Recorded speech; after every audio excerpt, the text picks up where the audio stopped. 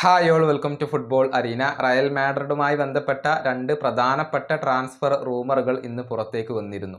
ഒന്ന് Argentine super താരമായ Enzo ഫെർണാണ്ടസുമായി ബന്ധപ്പെട്ടതായിരുന്നു.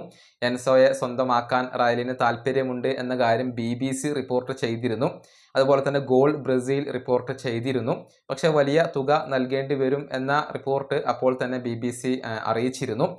അതേസമയം മറ്റൊരു സൂപ്പർ താരമായ നിക്കോ വില്യംസിനെ കൊണ്ടുവരാൻ റയലിന് താല്പര്യമുണ്ട് എന്നത് മാർക്കയായിരുന്നു റിപ്പോർട്ട് ചെയ്തിരുന്നത്. ഏതായാലും കൂടുതൽ വിവരങ്ങൾ ഇതുമായി ബന്ധപ്പെട്ടുകൊണ്ട് ഇപ്പോൾ ലഭിച്ചിട്ടുണ്ട്. ഗാർഡിയന്റെ റിപ്പോർട്ടറായ സ്റ്റീൻബർഗ് ആണ് ഇക്കാര്യം റിപ്പോർട്ട് ചെയ്തിട്ടുള്ളത്.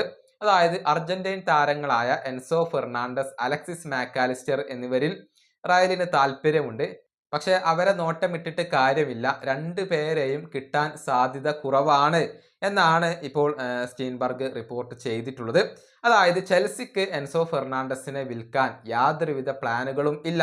റയൽ മാഡ്രിഡ് ഏത് തരത്തിലുള്ള നീക്കങ്ങൾ നടത്തിയാലും അത് ബ്ലോക്ക് ചെയ്യാനാണ് ഇപ്പോൾ ചെൽസിയുടെ തീരുമാനം എന്നാണ് ഗാർഡിയന്റെ ഈ ഒരു റിപ്പോർട്ടർ ഇപ്പോൾ കണ്ടെത്തിയിട്ടുള്ളത്. അതേസമയം റയലിന് വലിയ താല്പര്യമുള്ള താരമാണ് മറ്റൊരു അർജന്റീൻ മധ്യനിര താരമായ അലക്സിസ് മാക്കാലിസ്റ്റർ.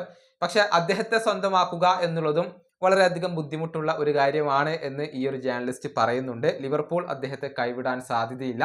ചുരുക്കത്തിൽ എൻസോ അതുപോലെ തന്നെ അലക്സിസ് മാക്കാലിസ്റ്റർ തുടങ്ങിയ രണ്ട് അർജന്റീൻ താരങ്ങളെയും റയലിന് കിട്ടാൻ സാധ്യതയില്ല എന്ന് തന്നെയാണ് ഇപ്പോൾ നമുക്ക് ലഭിക്കുന്ന വിവരങ്ങൾ.